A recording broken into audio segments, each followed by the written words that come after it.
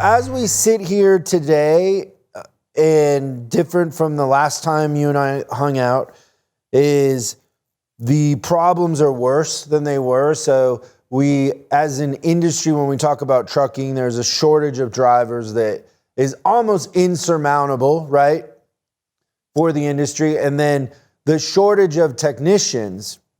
So I remember us in Portland talking about all the things that Daimler was doing to help vocational schools and supporting them, and the McKinsey study you guys commissioned on how to retain technicians and all of that. How do you see it now compared to years ago, and what are your overall thoughts on recruiting in the labor force?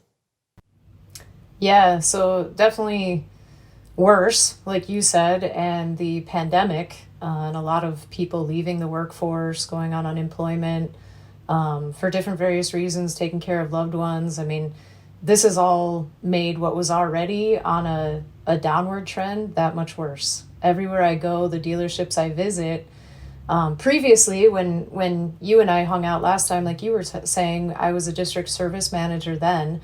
So I was living in that service world as their OEM rep, and we were pushing throughput, which Daimler still is. We want to get that truck fixed and back on the road as quick as possible, even as the OEM. And we're partnering with the dealership saying, what do you need?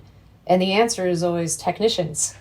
And now that I'm in parts sales, it's the same story, except it's not technicians. It's I need someone to work with cores, shipping back cores, or someone to be on the front counter or in the call center, or so it's still just a massive shortage of people, I think, willing or interested in being in the trucking industry overall.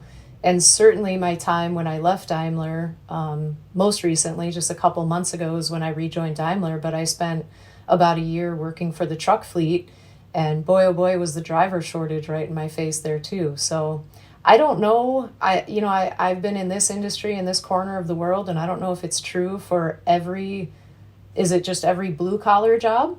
Is it every skilled trade? Have we been shoving degrees, at people for too long, and now there's not people who work with their hands? Or is it specific to the trucking industry? I don't know that. I just know that here within this industry, it is just getting progressively worse year over year, and this pandemic has really expedited that. 60 Minutes did a piece months ago about this, and it's not specific to our industry. They can't find plumbers.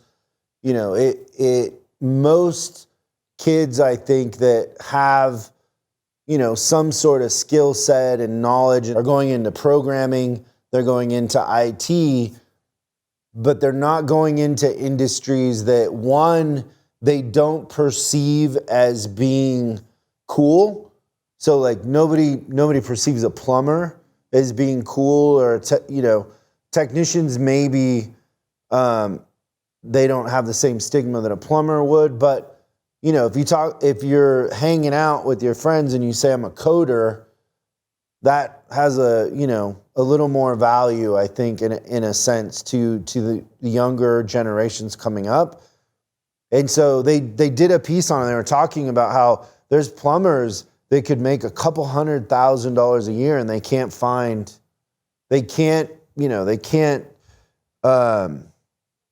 can't provide their services for the amount of demand that's out there.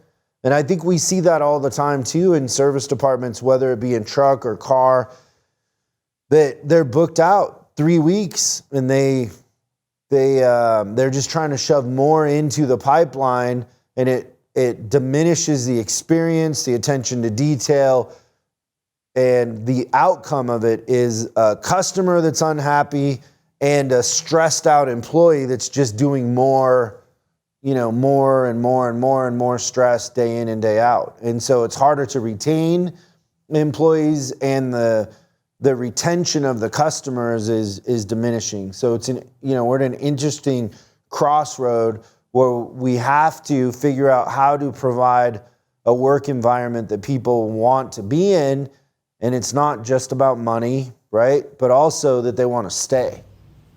Yeah.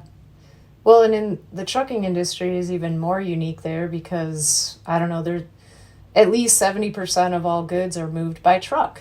And if we don't have enough support personnel to keep trucks on the road, then we don't have stuff on the shelves, So it's so tied to all of our daily lives that we should all be pushing and figuring out how to make trucking more sexy, or whatever needs to happen. Like you said, a cool job.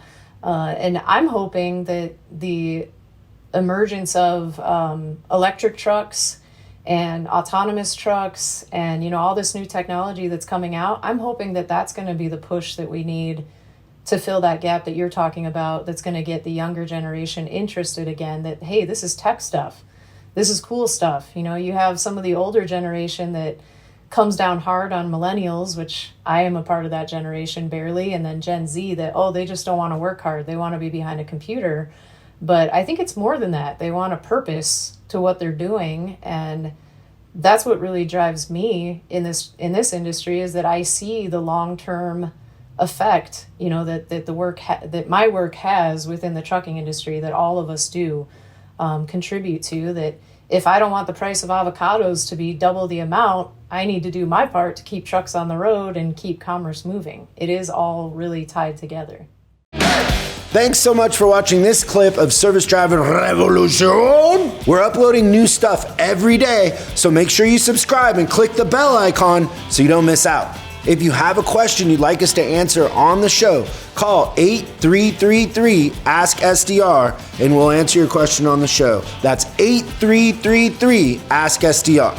For special deals on our books and training, head over to offers.chriscollinsinc.com. Now that's offers.chriscollinsinc.com. I'm Chris Collins, and I'll see you in the next video.